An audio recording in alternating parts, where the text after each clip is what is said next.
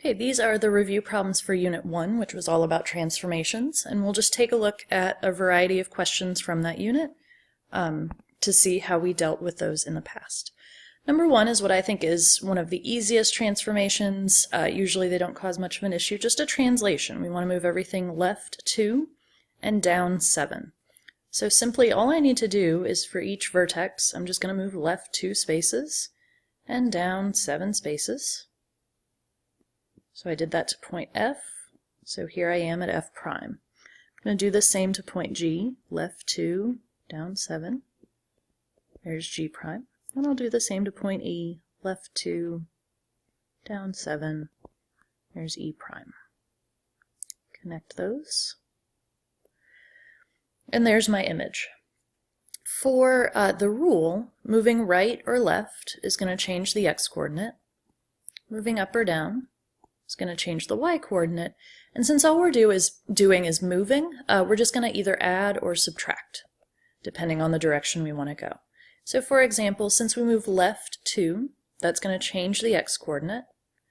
And left is going to be a subtraction, so we'll have x minus 2. Moving down 7 will change the y-coordinate. Moving down, we'll subtract 7 instead of adding. For number 2, and really for a lot of these transformations, you can either do this through a memorized rule or through the graph itself. Here, I'm going to go based on the graph. So for this reflection, I want to go across the x-axis. Since it's a reflection, all I need to do is figure out how far each point is from that axis, and then just reflect that to the other side. So for example, point F is 2 spaces above the axis, so F prime needs to be 2 spaces below that axis. G, same thing, it's 2 spaces above, I'll go 2 spaces below, there's my G prime. Point E is 4 spaces above the axis, so I go 4 spaces below, there's E prime. And I'll connect those. So this I did based entirely just on the graph.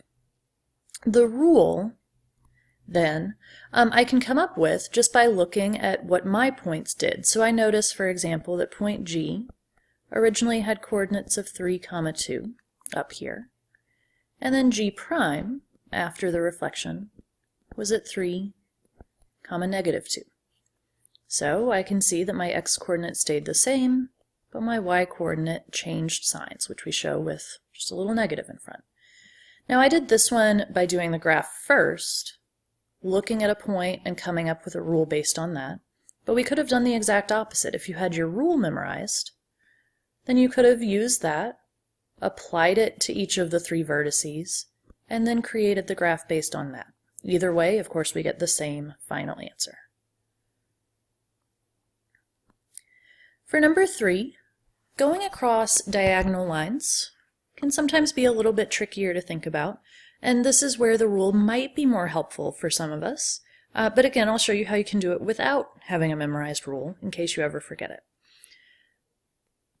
All you would really have to remember is how to graph y equals negative x. Since it has a negative slope, it's going to go downhill from left to right.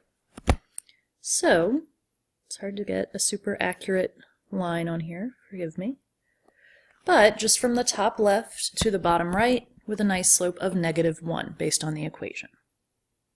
So I notice that point F is already on the line, so F prime is also on the line, it doesn't go anywhere.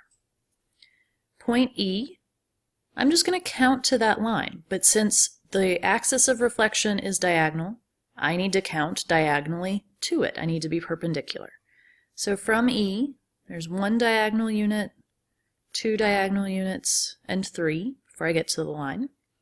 So 1, 2, 3 more on the other side, and there's my E prime. I can do the same with G. This is 1 diagonal unit, 2 diagonal units, and then half. So 2.5 from G to the line. So half, 1, 2.5, this point right here is my G prime. And you can see the symmetry Might even turn your paper if you wanted to. But if I fold it along this line of reflection, those two triangles would match up. Once again, I did this without having a rule memorized because then I can use the visual to remind me of what the rule is. We, of course, could have done that in the opposite order as well. But I have the graph. G was originally at 3, 2 right here.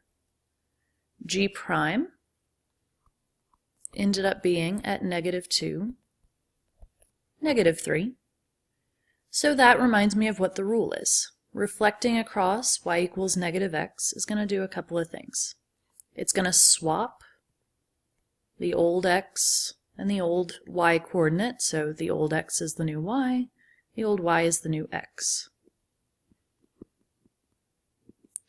It also switched signs. +3 in the first position became a -3 in the second position. +2 in the second position became a -2 in the first position. And just like with number 2, I did the graph first, then the coordinates, then the rule, but you could have remembered the rule, then done the coordinates, and from that created the graph to get the same answer. For number 4, these 90-degree rotations usually cause the most trouble because they're kind of hard to keep straight. So once again, I'm not going to worry about trying to remember a rule right now. I'm just going to think about what a 90-degree clockwise rotation actually is. Since we're going around the origin, that means that our rule is going to be easier to write. And as I always did in class for this unit, I like to put a star there because all of my directions come from the star, whether that's at the origin as it is here or not as it will be in a later question. So from the star, oops, sorry about that. From the star, I'm going to give myself directions to, let's say, point G. So from the star, I have to go right 3 and up 2 in order to get to G. A 90-degree clockwise rotation, instead of trying to apply that to both coordinates at the same time, or to the entire triangle all at once, I'm just going to apply it to each of these little arrows. So moving right, if I go 90 degrees clockwise, now that arrow points down 3. An arrow that did point up, 90 degrees clockwise, it points right. So that gives me directions from the star to G prime. So I'm going to go down 3 and right 2, and there's G prime. Don't know what that is. My apologies. I'll do the same thing for, let's say, point F. To get from the star to point F, I have to go left 2 and up 2. And then I'll just focus on each arrow as its own thing. An arrow that did point left will rotate 90 degrees clockwise. Now it points up. This arrow pointed up, 90 degrees clockwise. It now points right. So from the star to get to F prime, here I am at the star. I'm going to go up 2 spaces and right 2 spaces. And there is my F prime. I'll repeat one more time for point E. To get from the star to point E, I have to go right 2 spaces and up 4, and then rotate each arrow. An arrow that pointed right now points down. An arrow that pointed up now points right. Those are my directions from the star to E prime. So down 2 and right 4. There's my E prime. I'll connect those sort of and create my new triangle. So this was G prime down here. So as I did on the other questions, I did this based on the graph, and then I can use those coordinates to come up with the rule. A lot of people prefer to do it in the opposite order, and so they might just remember the rule. Our 90-degree rotations, whether it's clockwise or counterclockwise, 90-degree rotations do a couple of things. They always swap the x and the y. They also change one of the coordinates. We'll either have a negative y comma x or a y comma negative x. That's where the clockwise versus counterclockwise comes into play. Here, once again, I'm going to just work with point G. The original coordinates of point G were 3, 2. And after I rotated, G prime ended up at 2, negative 3. So the old x-coordinate was a positive 3.